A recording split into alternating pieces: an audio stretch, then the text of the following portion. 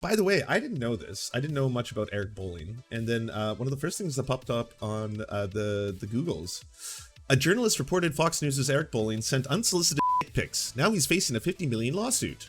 What? Well, I thought it was twerking that was the downfall of the degradation of society. But you were a godly man. If you're a godly man, why would you be sending your penis everywhere? This doesn't make sense. Is it the twerking or is it the unsolicited pics?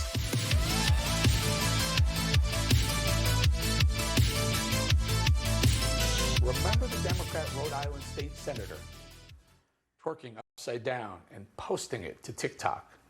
This is apparently the Democrats' best, but really, what all of this highlights is a generation of attention-hungry children who never grew up. And under Joe Biden, the woke mob left is in charge, and they're making America a laughingstock. Look at this. A parent forcing her child, who appears not to want any part of it, forcing him to watch radical LGBT activists. That's right. Is that what's happening in that clip? Is that exactly what happened? The kid was like, no, I can't stand this anymore. And she was like, you must look, you must see, look at it, CERN. Like, you will turn gay if you stare at this long enough. Guessed it, twerk during Pride celebrations.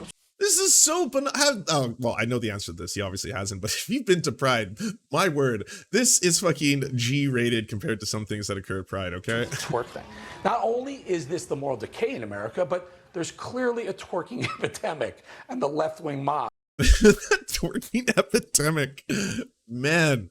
Okay, credit where credit is due. The right, like chef's kiss, your ability to transform benign things into stuff that people should care about is second to none. No one comes close. Like, there's not even a comparison on the left. I can't think of something that's utterly and completely benign that a leftist gets this big mad about and turns into an issue. And then it explodes and people don't even know what it was or the origins of it in the first place. But soon enough, they want to take action. They want to pass legislation. Is there going to be a twerking ban in the future? Is that how it's going to be? Like, no one can twerk? I mean, the left is pushing back against this because they say this is disproportionately going to affect, marginalized communities or something like that because they seem to be the ones that were doing the twerking. We would like to ban twerking for all people. It doesn't matter what the color of their skin is on this issue. We don't think that a single person could twerk. Not in this country. No, never again. Is doing everything they can to keep the twerking going and corrupt our nation's youth. That's how they can radically transform America, folks. That's what they want to do. Deprive children of their innocence, destroy the family unit. Check out this fucking...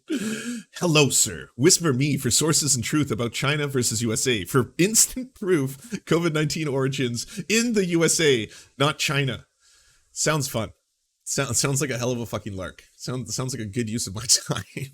And of course, destroy faith. That's the left-wing plan. Right now in America, belief in God has fallen to the lowest level since the Gallup survey started back in 1944. And it's fallen almost among adults and young adults, and you guessed it, Democrats. They've abandoned faith, replacing it with the Church of Liberalism, worshiping party. Wait, it's going from that to that? Why do the Dems seem like the bottoms of electoral politics? Balthazar, 228. Thank you for the $10 dono. Appreciate it. Belief in God in the US dips to 81%. It has fallen most in recent years among young adults and people. And it was twerking. Twerking killed God. I didn't know it was that powerful. That's incredible. Yeah. What are all these people, these posers, fucking Nietzsche and other people? God is dead, blah, blah, blah. Satanists, you people saying hail Satan and all this kind of stuff. It was twerking. Twerking was the biggest threat to God this entire time. And the state. So what follows all this? A nation with no moral compass. Wow. Not at all kind of super sketchy that every single person in this entire segment that you were playing was black. Kind of seems as if there's a certain narrative being pushed here, you know? Newsmax? Jesus.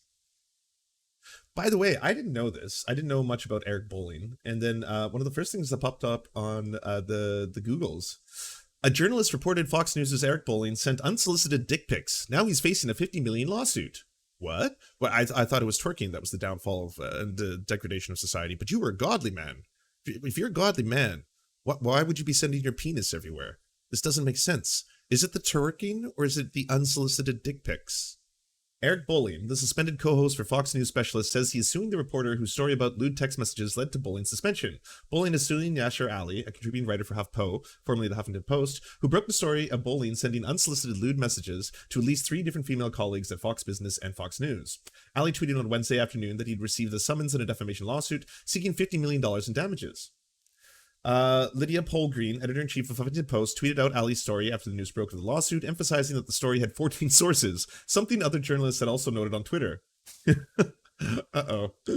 Ali's article, based on anonymous sources inside and outside of Fox News and Fox Business, said that Bolling had several years ago sent messages with photos of male genitalia to at least 3 of his colleagues who had not solicited such messages. That seems to be a thing with Fox News, by the way. It's just like a very terrible, sexist, creepy boys club, you know.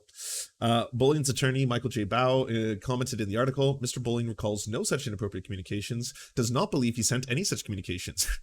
Did he forget? That's probably a sketchy thing then. I mean, if you can't control yourself and you got to take pictures of your junk and then send it to people who aren't asking for it, and then you don't realize it happened after the fact, that's probably a problem.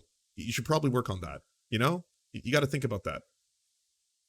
As Vox, Zishan Alim wrote about the story, the language isn't an outright denial, but a description of what Bo claims he can't remember, or he can remember. It appears to leave open the possibility that he could admit to sending the messages.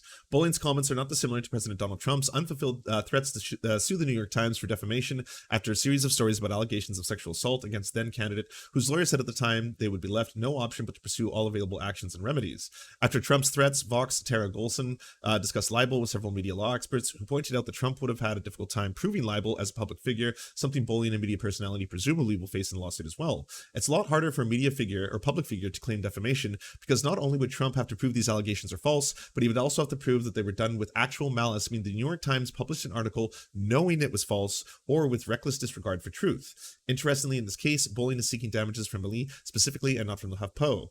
Should be noted that the story had 14 sources and Bolling isn't suing the HuffPo, the publisher that could theoretically pay $50 million. Ali appears not too concerned about the suit, tweeting that people shouldn't donate to him but to the Committee to Protect Journalists. Eric Bolling's $50 million lawsuit is a total PR stunt, and he knows it. Interesting. So I guess we have to say he was allegedly taking photographs of his penis and then sending that to his colleagues without their consent to see said penis. And yet, he will talk about how twerking is fucking degenerate and going to result in the downfall of society. Wrong. Via true democratic collective measures are accurately applied, America equals amacracy, aka imperial oligarchy. China is a true democracy where the voice and thought of the people is expressed via the power to which people rally around innumerable results. So, I suppose you're talking about the Communist Party of China, which does have the largest body of members of any party anywhere, which would be, I believe, close to 90 million members. All 90 million members do not have equal voting power and say within the Communist Party of China. But even if they did, and even if I granted you this, that all 90 million people who are in the Communist Party of China who are dictating what the country does, even if they all had equal voting power, what percentage is that of China's population? I'll let you do the math and then recognize that how many people are controlling the will of other people. Now, you can say it's benevolent because it does all these great things. That would be another argument, but that's very different than saying that they live in true democracy. Do you enjoy the Serfs but prefer not to have to use your eyeballs? Many are saying this. Well, we've got the solution for you. It's the Serf Times in podcast form, available on most major podcasting networks now. If you enjoy it, please consider leaving a good review and feedback because it really helps the show out, apparently, and it's free, just like the podcast. To our gods, Xander Corvus and Peyton L. Just, we are prepared to embark on a mighty jihad in your name. To our monarch, Tom Spiker, we are but your humble jester, attempting in vain to get you to laugh. To our valiant knights of the Round Table, Benji Arnie, Tech Tink, Scary Earth Human, Tony, DM Rivera, Resident Scarecrow, Sir Nickus, Mayred, Cheryl Alvarez, Ruby Kelly, Brandon, Words Greenwood. It doesn't matter what I believe, it only matters what I can prove.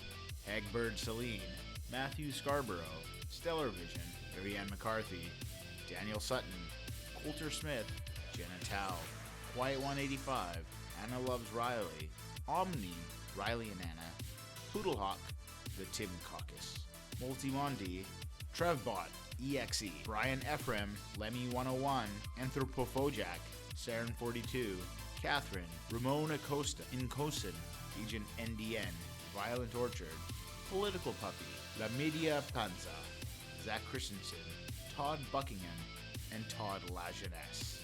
We raise our mugs and salute our brave heroes off to another glorious conquest.